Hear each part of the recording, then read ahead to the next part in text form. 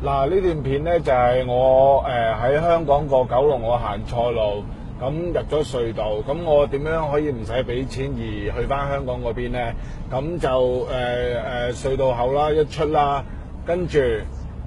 記住出咗隧道之後挨到最左，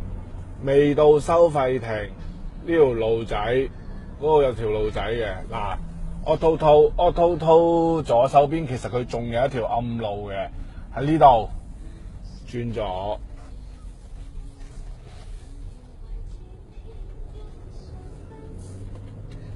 轉左就嚟到呢條秘道，繞過。咁呢度我都係第一次行嘅啫，其實不過人哋都係教我咁樣行嘅，咁樣你會慳翻隧道錢，就唔使俾2次隧道錢而過翻香港咯，就係咁樣樣啦。咁樣樣咧，你就可以好正路咁樣樣過翻海啦，就係咁簡單啫。大家睇唔睇到啊？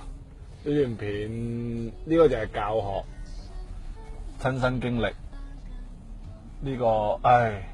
仲唔使塞好遠添，小塞，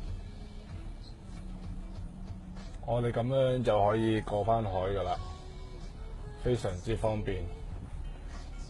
因為成日有啲司機神不守舍咁樣入咗窿度嘅，咁而家好啦，謎底已經解開咗啦，係可以咁樣做嘅，係咁。